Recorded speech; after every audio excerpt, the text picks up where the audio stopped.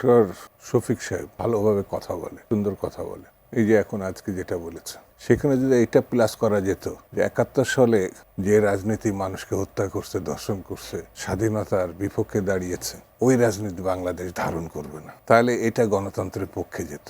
এরা তরুণ সমাজ উজ্জীবিত হতো যে ধর্ষণ, খুন, তারপরে অস্ত্রবাজি, এটা একটা প্রধান রাজনৈতিক দল তার বিপক্ষে দাঁড়িয়েছে। তো আমাদের সমস্যাটা হয়েছে কি, আমরা ততটুকু পর্যন্ত বলি যেটা যতটুকু পর্যন্ত অপরাধের বাইরে থাকা যায়, মানে অপরাধগুলো আমরা করছি, কিন্তু সেটি আড়াল করা একটা প্রবণতা কাজ করে। যেমন বাংলাদেশে যদি আমি কোনো দলের নাম উচ্চারণ না করে কথা বলি, যে রক কাটা, মানে একসময় আমি ছাত্র রাজনীতি করতাম, তো এই যে রক কাটা, তো এই রক কাটা বলে যদি আমি আর কিছু না বলি, তাহলে মানুষ জানবে যে রক কাটার জন্য কারা বিশেষজ্ঞ। মানে শুধু গুলি করা না, জবাই করা না, রক কাটা, এটা স্পেশালিস্ট একটা মাত্র সংগঠন আছে।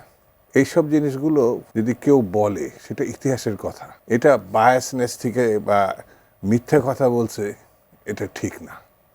তবে আমার কাছে মনে হয়েছে 24-এর গণঅভ্যুত্থানের মধ্য দিয়ে যে পরিস্থিতিটা তৈরি হয়েছে আমাদের দেশে, সেটি হচ্ছে মানুষের ভোটাধিকারের যে একেবারে শূন্য কোঠায় নিয়ে গেছিল হাসিনা বা আওয়ামী লীগ, সেই জায়গাতে দেশটা ফিরে এসছে।